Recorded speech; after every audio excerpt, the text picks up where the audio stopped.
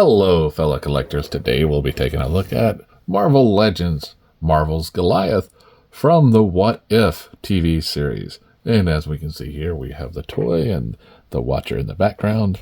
On the side, we have the Watcher and Goliath here. On the back, we have the Goliath, and we see that he comes with the right arm and right hand of the Hydro Stomper. And we have some words here at the bottom. And on the side, we can see the Hydro Stomper and that Goliath is number 5 in the line. So let's get this guy waved and then get him out of the box.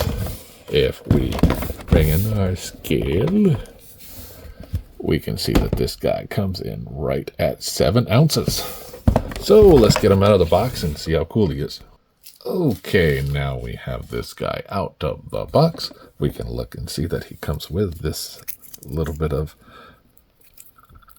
folder or paper that was hooked on from the packaging, and we see here he has the right arm of the Hydro Stomper, and it comes with a hand for the Hydro Stomper. So we'll put those to the side and get a look at the figure itself while I have my handy dandy tape measure ready. We'll pop it up and see that he comes in at 6¼ inches tall.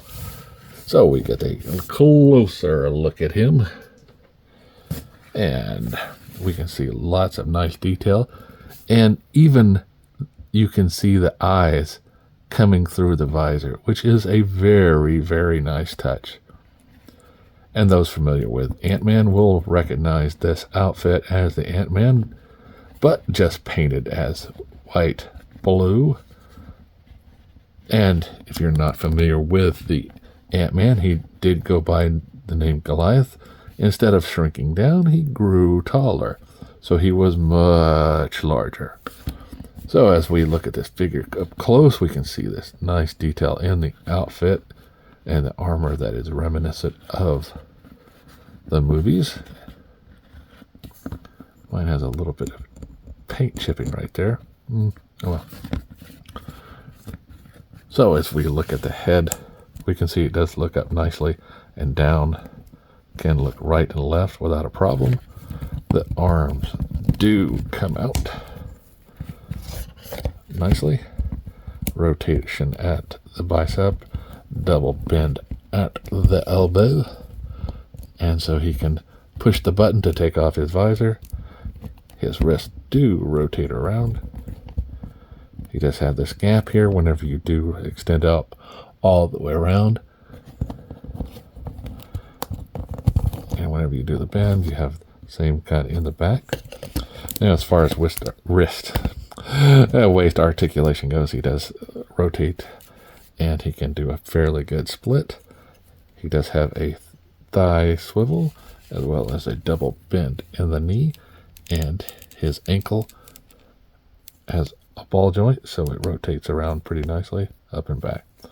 He does have the holes on the back of the feet, so be aware of that whenever you need the stand to stand him. So as we get this guy's arm rebent down, felt like it wasn't in position, so I didn't want to push it down too hard. We'll go ahead and get some other figures for a comparison. So here we have his Hasbro Star Wars Stormtrooper. See that he is just a tad over that. And he will be a little bit smaller than the Traitor Guard from Warhammer. But still fits in there pretty nicely.